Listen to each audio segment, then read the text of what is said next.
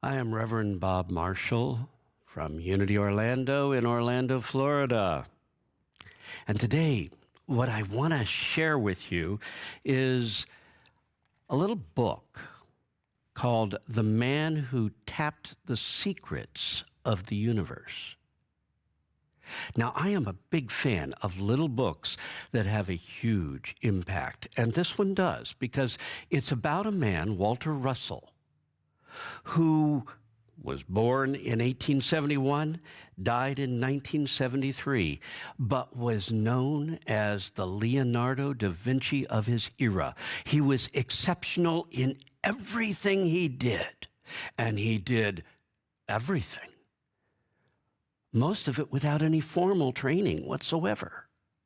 And he claimed he drew everything that he made him successful from the spirit of creativity throughout the universe, the very universal spirit of creativity. But it's not only that Walter Russell was successful. It's that he said we all, every single one of us, could tap into this same spirit and be just as exceptional. So today we start a 15-part series that will take us through the hints he left in this little book about how each of us can make that connection and go from mediocrity to genius in our lives. But of course, the very first one that we're going to do is called Boundless Energy, because this is a man who was never short on energy. And once again, he said he drew it from the universe. So, in these 15 sessions, he's going to show you how to make that connection yourself. So, if you enjoy watching, please click the like button and subscribe to our channel. Also, feel free to share with your friends. And if you wish to make a donation, please go to the unityorlando.org website and click on the Donate Now button. I hope you enjoy the journey. Well, boundless energy. Well, it's the first subject in a number of subjects that I've taken out of a little tiny book here, The Man Who Tapped the Secrets of the Universe by Glenn Clark. If you think it's a current book, read about the author. Glenn Clark. If you were into spirituality 30, 40 years ago, he'd wrote quite a few books.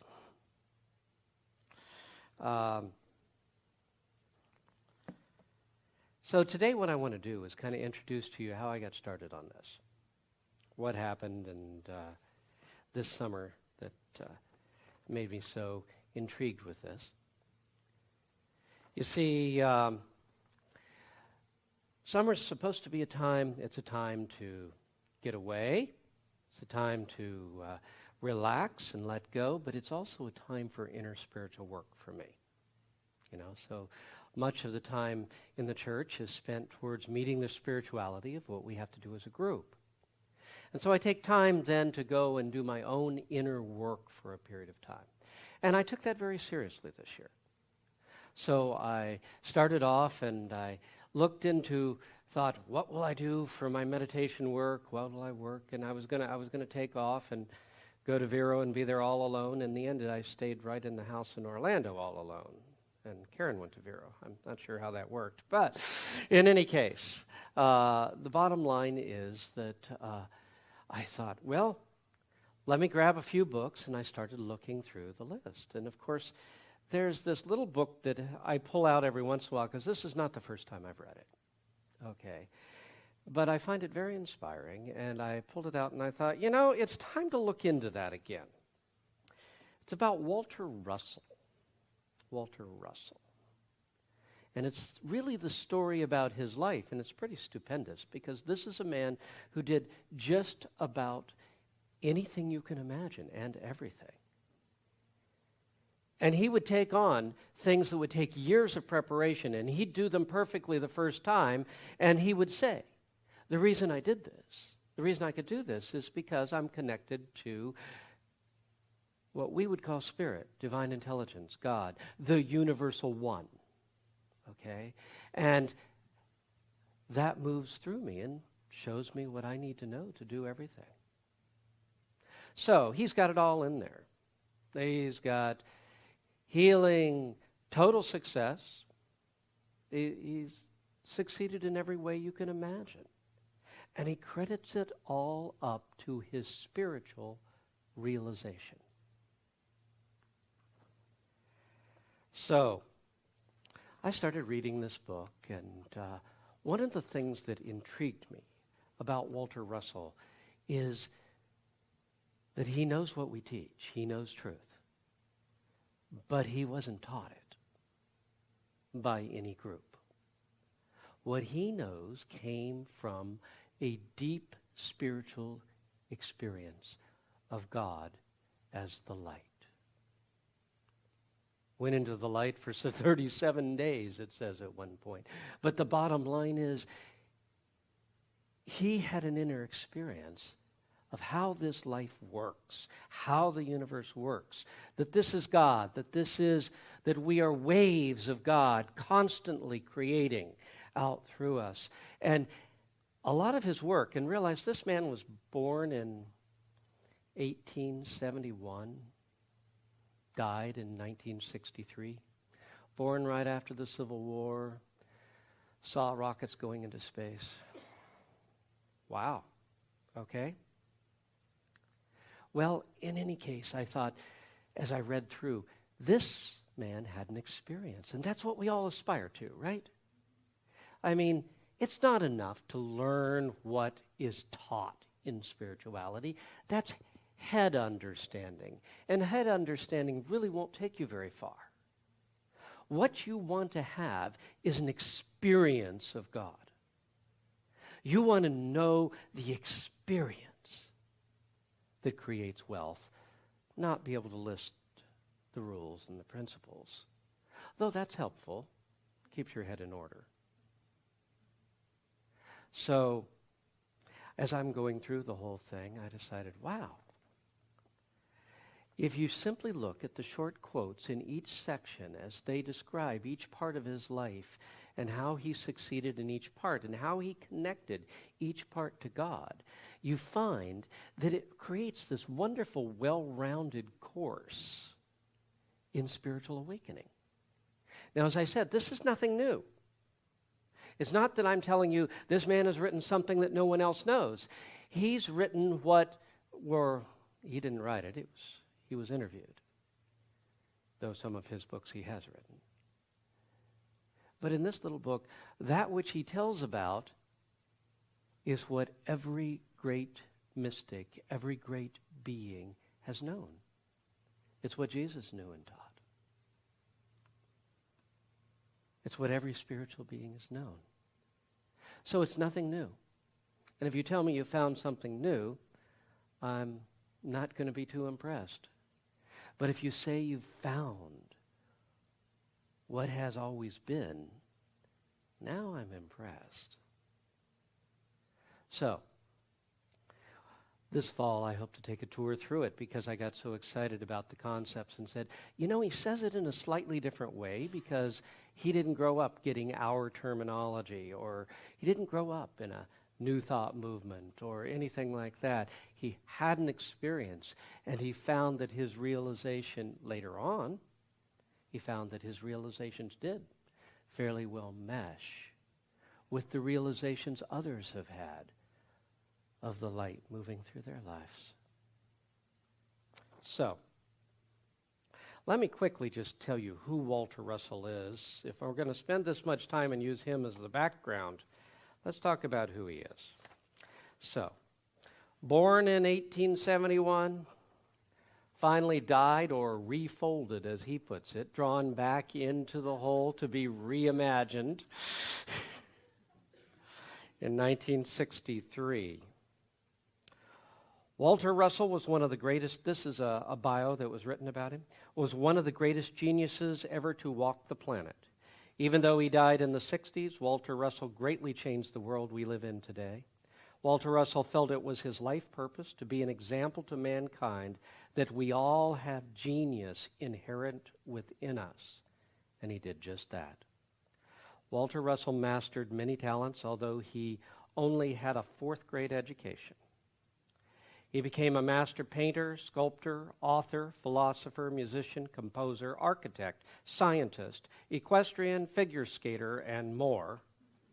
As an architect, Walter Russell conceived the ideas of the penthouse, the duplex, the cooperative apartment building, the forerunner to the condo, the studio apartment. These were all ideas he came up with. As a scientist, Walter Russell developed his own periodic chart of the elements and was the first to define the transuranium elements, the elements eventually used and abused to create nuclear energy and the atomic bomb. Walter Russell understood the cause, the why of things. Modern science uses observation and deduces the effects of things. Walter released many of his discoveries and insights to the world's leading scientists and physicists in 1926. The official scientific community considered him to be a heretic because he approached science from a metaphysical viewpoint, putting God in the equation. However, at least two scientists have since won Nobel Prizes by developing his ideas. Walter Russell never was given credit for the discoveries that he revealed to mankind in 1926 in his scientific treatise, The Universal One. Russell mastered all these talents by writing his desire in light upon his heart in lines of light, and by tuning into nature to the Universal One. That was Walter Russell's term for God, the Universal One. He taught that all things are knowable in light, and everything is light. Walter Russell taught that the entire unlimited physical universe is the body of God, thought into creation by the imaginings of the Universal One. He went into, quote, full illumination for 39 days and nights in 1921. In that time, he saw and understood how the universe was created. Now, lest you think these are just the ramblings of people who happen to have gotten overly excited about this man, let's quote Walter Cronkite announcing to the world that he had died. In 1963, Walter Cronkite, in the national television evening news, commenting on Dr. Walter Russell's death, referred to him as the Leonardo da Vinci of our time. Okay. The important thing we need to understand is this is a man who was completely successful. We got all kinds of success teachers out there who want to teach you the spiritual principles that will make you successful. This man demonstrated them, and nobody taught them to him. He learned them from his experience of the One. Wow, that's what we want to do. We've learned all that we've learned in preparation for the actual experience. We've moved ourselves to where we're ready for big awakenings. And that's what we want to do today. We want to initiate a time when we are committed to awakening our relationship with the One and lifting it to a higher level than we've ever expressed it before. The man did amazing physical feats. He accomplished tasks that anyone else would have said were impossible.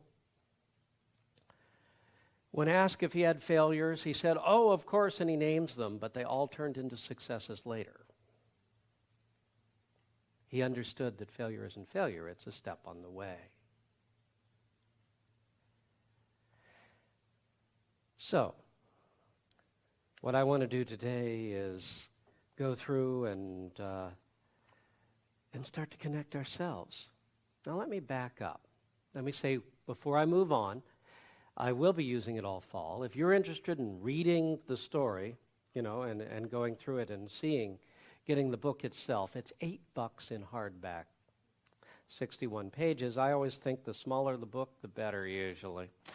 But in any case, of course, I don't use that principle when I write, but still.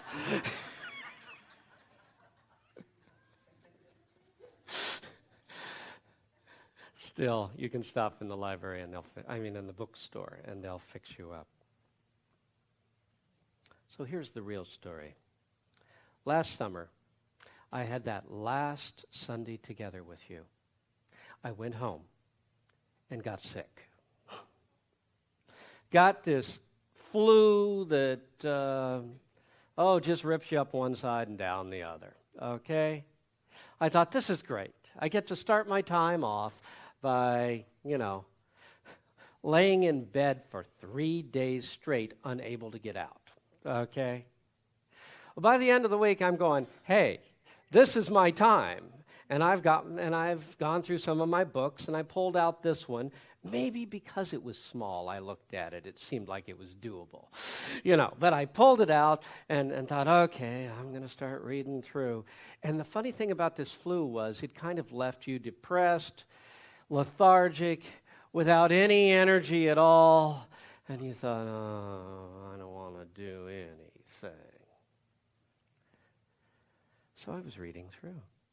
I started reading, and one of the things it says about Walter Russell is he appeared to have boundless energy. Says, and I thought, yeah, I'd like to have that right now. Okay, he had whatever he wanted to do. It seemed like he was doing more than anyone could imagine, and he was excited about life, and he loved life, and just constantly enjoying himself in all kinds of ways. And so I'm reading through, and he's talking about these principles because Glenn Clark asks him, he says, so don't you ever get tired? And he says, how could you ever get tired if you're connected to divine energy? I thought,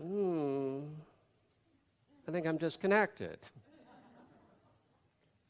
And he starts going through and he starts talking about being in balance with the universe and how spirit just moves right through you when you're in balance and you're fully energized, you've got lots of energy. And the way you know you're in balance with the universe is you are joyous. And I went, oh yeah, we're back to that joy thing. I've done that lesson before. But he's right. He said, joy is the energy of life in your body. You want to live with boundless energy, you have got to live in joy. You've got to be enjoying your life if you want to have boundless energy. Otherwise, it isn't there. And so I said, okay, fine. These are wonderful words, inspiring. I love reading a good story, and it's totally useless unless you apply it. So I sat down that evening in my chair, and I sat there and said, okay, we're going to do some heavy meditation work here. We're going to do joy, And I started working joy into every cell in my body. I remember that silly little song that came out of Unity Circles years ago. Every little cell in my body is happy. Every little cell in my body is well. I think I've got it now. Every little cell in my body is happy. Every little cell in my body is well. Thank God I don't do the solos, huh? Okay. In either case, I started thinking, yeah, Unity's always known this. We want those cells to be happy. Well, with joy flowing through them. I concentrated on that for a few minutes, went on to sleep, and got up the next morning and put another piece on the roof.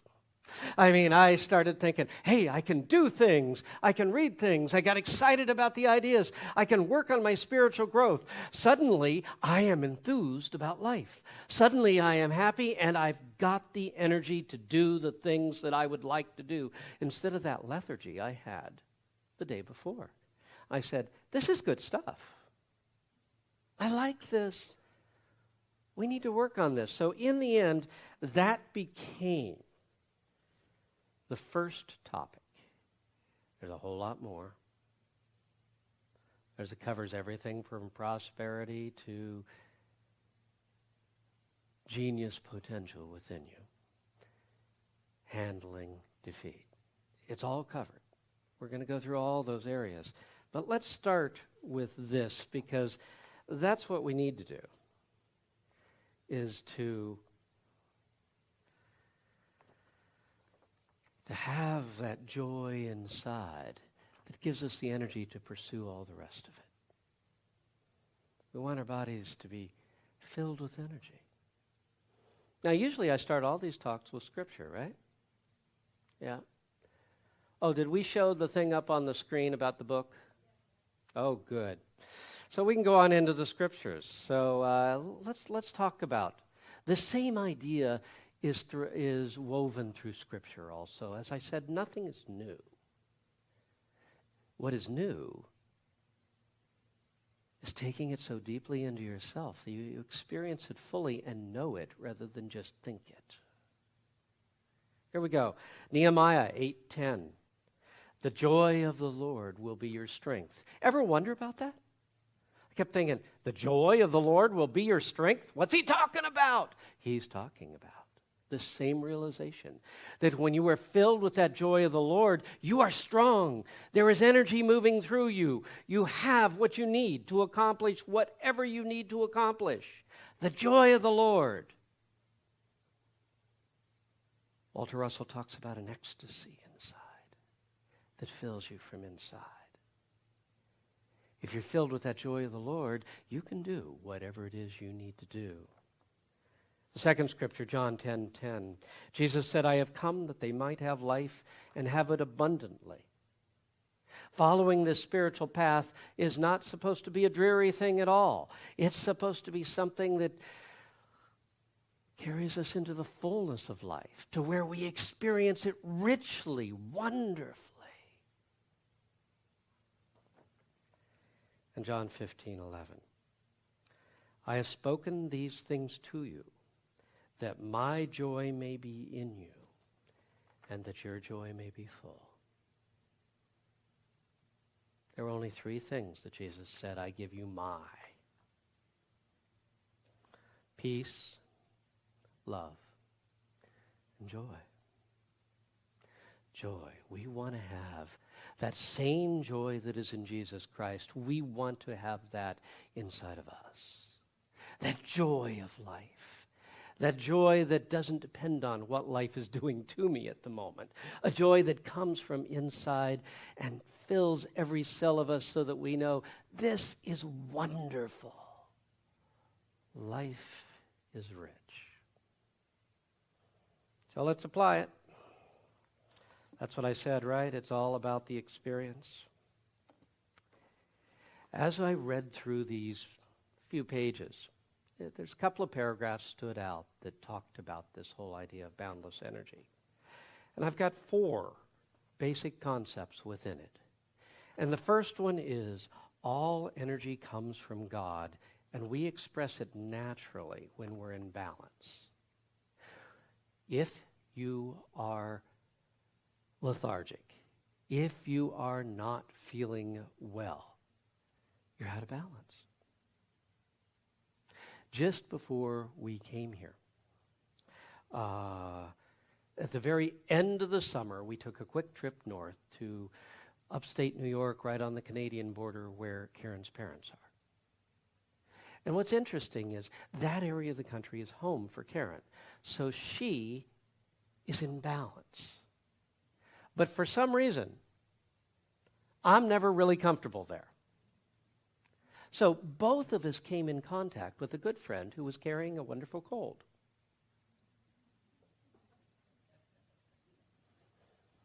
Guess who got sick? The one who's out of balance. The one who's not in balance. Let's read what Walter Russell said. Page 8. Actually, this is Glenn Clark interviewing him. He claims that he's never known fatigue while obeying the law, but when he does break it, he feels a sense of guilt in discovering the slightest evidence of fatigue, which tells him that he's broken it. broken the spiritual law. Do you mean to say you never get tired? I queried. What is it that gets tired? He asked. Can energy tire or become fatigued? Certainly not. For all energy is the thought energy of the universal creative force. And that thought energy of the universal creative force, and that never lessens. Universal intelligence is constant and forever balanced. Can intelligence fatigue? Most certainly not, for that is as constant as the universal energy which manifests it. Therefore, there is no such thing as mind becoming tired. Now, I'm sorry, but I'm having flashbacks to the movie The Matrix right here, right? When Neo is in there in training, and he's saying, I'm tired, I can't go that fast. And his teacher is sitting there saying, you're in your mind right now. You want to tell me what's tired? And as soon as he gets it straight, that he doesn't need to be tired, he has all the energy he needs, right? Here's Walter Russell talking about something very similar. Actually, no, a lot of science fiction has come out of these people who saw where life was going. What is it then that makes us say we are tired? Only one thing, an unbalanced body, nothing more. If we think we are tired or ill, it's only because we've done something to unbalance the body's conductivity of the universal electric current which motivates it. So long as any machine, organic or inorganic, holds to the balanced tempo of its normalcy of measured rhythm, just so as it obeys the periodic law which gives it a normalcy of work and rest in inorganic machines, or wakefulness and sleep in organic ones, and just as long as it replaces its worn-out organic or inorganic parts, that machine is as certain to go through its normal balanced life period without fatigue or illness, as the sun is sure to reappear on the morrow. The electric energy which motivates us is not within our bodies at all. It is part of the universal supply which flows through us from the universal source, with an intensity set by our desires and our will. Okay. So, two things. The first step is connect to universal source. When we feel tired, we're disconnected. So it's time to remember, I'm connected to the universal source of the universe, to that energy that is everywhere present, to that energy that cannot be tired. I'm connected to that in mind that is endless, boundless energy. And the second aspect of it is balance. I need to be in balance. You say, well, how do you get in balance?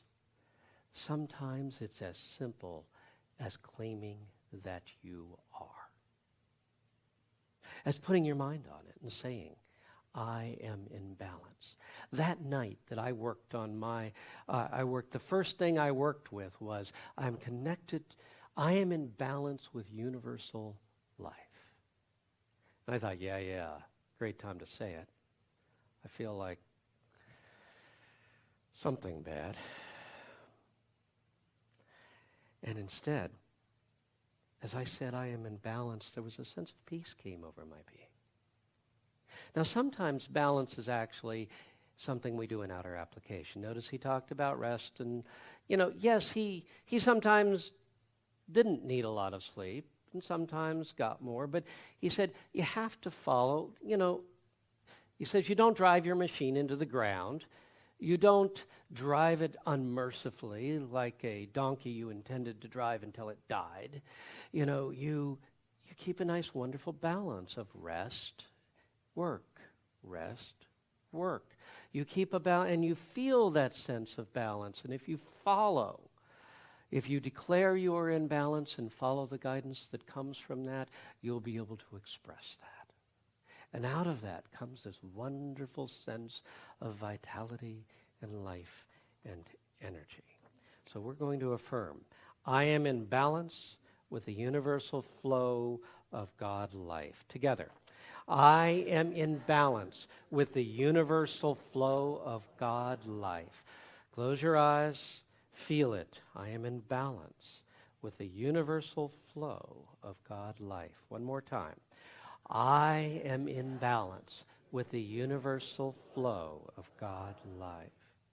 And strive to feel that balance. You're in balance with the infinite life that cannot be exhausted.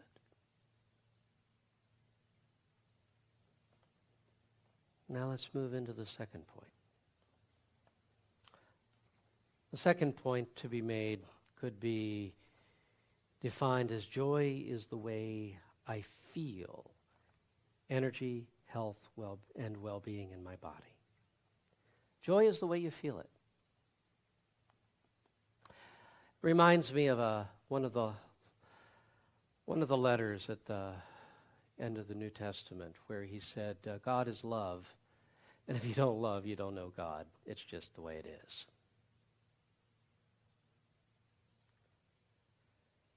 Well, life is joy. And if you're not feeling joy, you're not in balance with life. So, maybe that's what we need to work on. I'm going to go to read just a short paragraph. Joy and happiness are the indicators of balance in a human machine. Just as a change in the familiar hum in the mechanism immediately indicates an abnormalcy to the practiced ear of the mechanic, an inner joyousness amounting to ecstasy is the normal condition of the genius mind. We're going to talk a lot more about the genius mind, I think next week. Any lack of that joyousness develops body-destroying toxins. That inner ecstasy of mind is the secret fountain of perpetual youth and strength in any man, in any human being. What I find intriguing about this is that Walter Russell alluded to all of these things long before they became popular. Like he said, he basically declared that the transuranium elements were there long before they were discovered. He said, they're here. He gave them different names and so forth. He wrote a little piece in 1946. He didn't quite get some of it right, but he got the overall right. He suggested that this developing of nuclear power, if we did too much, we're going to develop too much heat within the atmosphere, and as the atmosphere warms, as this Earth becomes warmer, we will see a number of devastating conditions come over the Earth that will be very difficult for humanity to cope with. Basically, he's talking global warming, long before anybody had any concept that such a thing was even possible. He tended to see down the road because he moved into cause. He moved into God and saw where the patterns were leading. So, with that in mind, he's now talking joy, ecstasy, and body-destroying toxins when we're not there. And almost everybody who teaches any level of spiritual understanding these days will teach you, if you're in a negative state of mind, you develop toxins that are going to tear your body apart. Now, we're doing it years later. But I suppose it's the big lesson we all have to learn. Even those of us who know it thoroughly don't practice it thoroughly, do we? It's time to do so. It's time to recognize that we need to keep our attention on the joy of life, not its problems, even though they seem to be so demanding. Deal with them. But if you're going to deal with them in a consciousness of joy. So the bottom line is, it's time to put joy into our body. We've been feeding it all this other stuff. Joy is the only antidote for all the negativity that surrounds us and we almost automatically take in. So let's use that antidote, joy. So what are we going to affirm on this one? It comes up. I am filled with the joy of life, and I pour pure joy into every cell in my body. This was my meditation that night. It is really powerful if you'll use it. Together with me.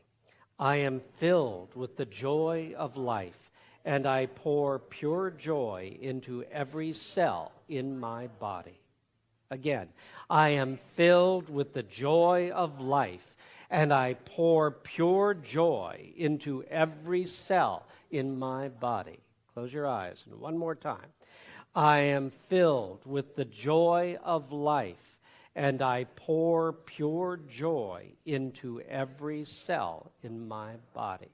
Take a moment and feel the joy of breathing, the joy of being alive, the joy of the beauty of this wonderful place called Florida that's all around us. The joy of life. And image yourself pouring that joy into every cell in your body. The joy of the Lord shall be my strength.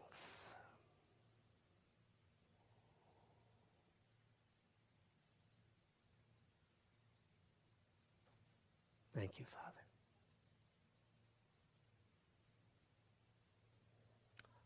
I've got two more concepts I want to hit quickly.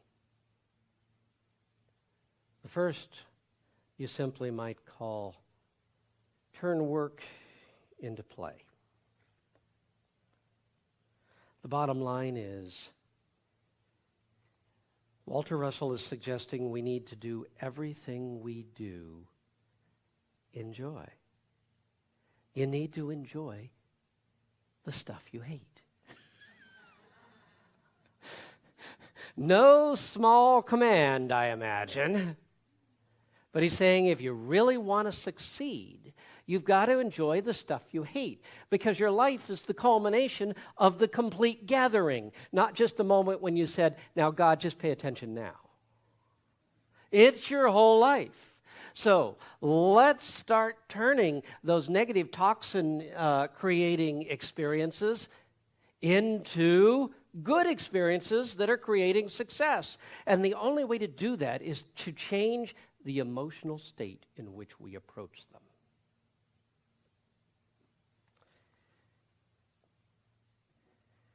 There should be no distasteful tasks in one's life, he said. If you just hate to do a thing, that hatred for it develops body-destructive toxins, and you become very fatigued very soon. You must love anything you must do. If you got to do it, you got to love it. Do it not only cheerfully, but lovingly, and the very best way you know how. That love of work which you must do, the work which you must do anyhow, will vitalize your body and keep you from fatigue. At his splendid, this is Glenn Clark going on. At his splendid country home, he often had to mow the lawns himself, a task he disliked. In order to make it interesting, he developed patterns and designs in the grass as he cut it, and then gradually eliminated the patterns with regret that the game had come to an end. That was his method of transforming work into play. You know, often we keep ourselves closed down until we can do the things we like so we can have fun. And that just takes our energy away. A change in attitude. Everyone at work is mean to me. Good, I've got a new game. Every time I pass someone, I give them a compliment. You know? And I watch them squirm.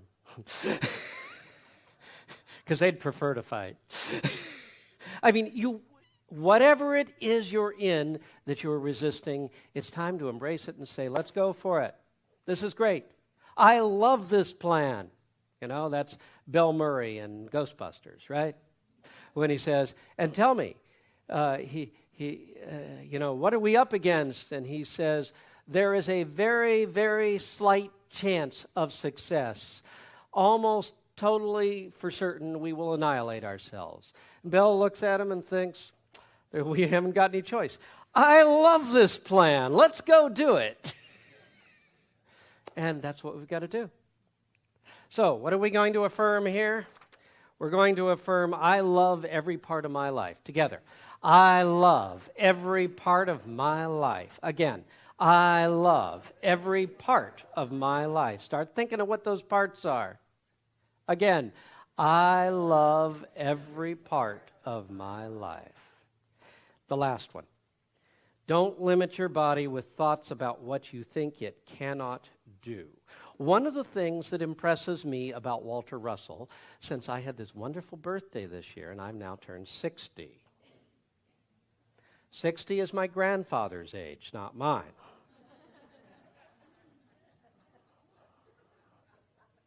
And I've taken a couple of years working up to this, knowing it was coming. I've decided I like it. But part of that is that it's time to decide my body can go the distance. Now, it's been telling me otherwise. I don't know about yours. But things come up, and we start, and little aches and pains and things start happening, and we get into this whole consciousness of getting old. I want you to read, Walter Russell got old, but he didn't get old. Here we go. Which page is this one on? 25. It's really short. At 69, Walter Russell won 3 first prizes in figure skating against competitors, all under 30. He still skates, and he was 75 when this is written. He still skates at Radio City and at various private skating clubs. He ended up doing figure skating with some of the Olympic champions, demonstration skates with some of the Olympic champions of the day. The bottom line is, it's time to quit knowing what our bodies can't do. They can't get well, they can't feel good, and they certainly can't ever climb East Spanish Peak again.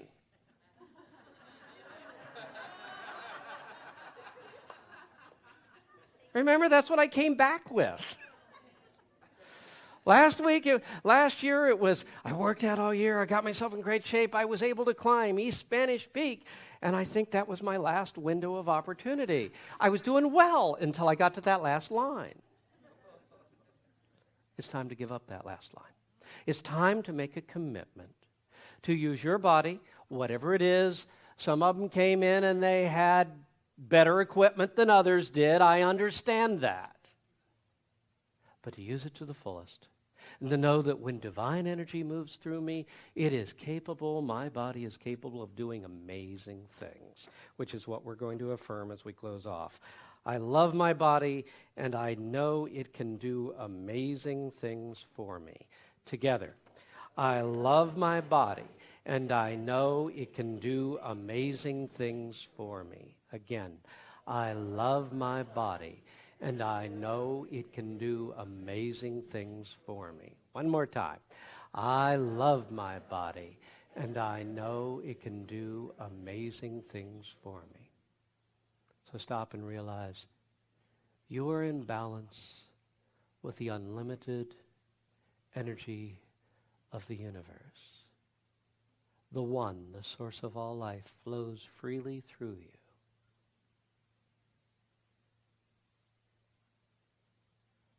And you are filled with joy, the joy of life. Not the joy because anything in particular happened. The joy of life itself.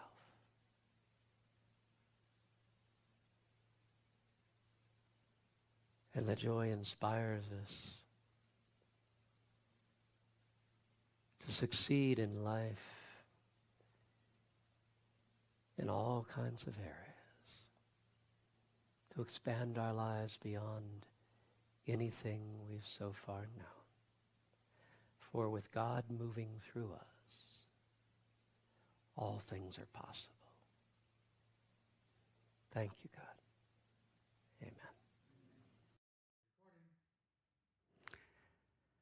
This is Reverend Bob Marshall. And I want to thank you for joining us on this journey through exploring how to tap into the secrets of the universe.